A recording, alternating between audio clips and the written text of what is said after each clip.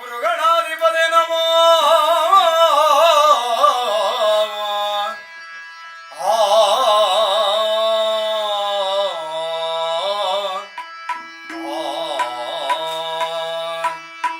ಗಜಮುಖ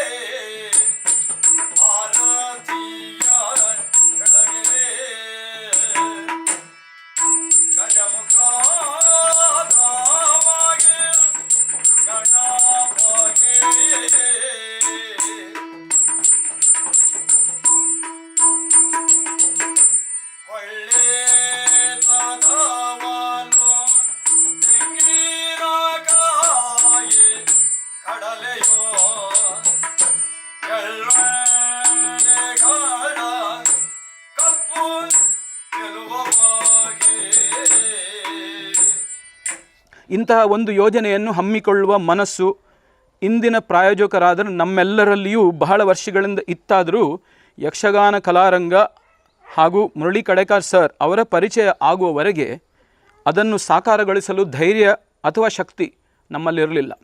ಇಂದಿನ ಈ ಶುಭ ದಿನದಂದು ಪ್ರಾಯೋಜಕರ ವತಿಯಿಂದ ನಾನು ನಮ್ಮೆಲ್ಲರ ಈ ಇಚ್ಛೆಯನ್ನು ಯಶಸ್ವಿಯಾಗಿ ಕಾರ್ಯಗತಗೊಳಿಸಿರುವ ಯಕ್ಷಗಾನ ಕಲಾರಂಗ ಹಾಗೂ ಮುರಳಿ ಕಡೇಕಾರ್ ಸರ್ ಅವರ ತಂಡದ ಸರ್ವ ಸದಸ್ಯರಿಗೂ ನಮ್ಮ ಹೃತ್ಪೂರ್ವಕ ಅಭಿನಂದನೆಯನ್ನು ಹಾಗೂ ಧನ್ಯವಾದಗಳನ್ನು ಸಮರ್ಪಿಸುತ್ತೇನೆ.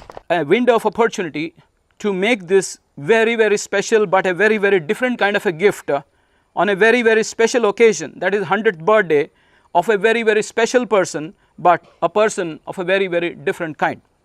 And so on that day, that is on the 15th of July 2022, as a gift to our uncle, Shri N.R. Kamath, we decided to build this house for an obviously and undeniably deserving family.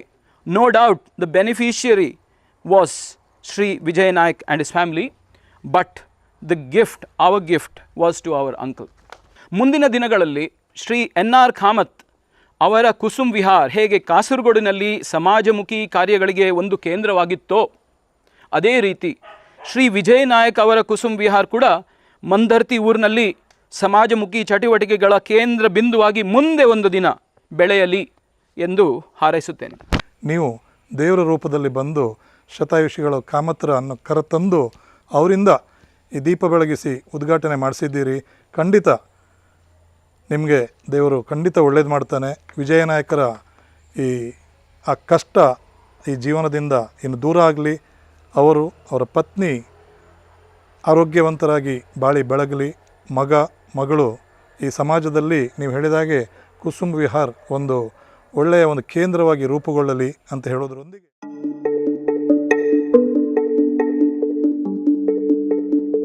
ಜನವರಿ ತಿಂಗಳಲ್ಲಿ ನನಗೆ ಮಿಸ್ಸಸ್ಸಿಗೆ cancer ಅಂತ ಗೊತ್ತಾಯಿತು. ಸಾಧಾರಣ ಮಣಿಪಾಲ್ ಆಸ್ಪತ್ರೆಯಲ್ಲಿ 3.5 ಲಕ್ಷದವರೆಗೆ ಖರ್ಚು ಮಾಡಿದೆ.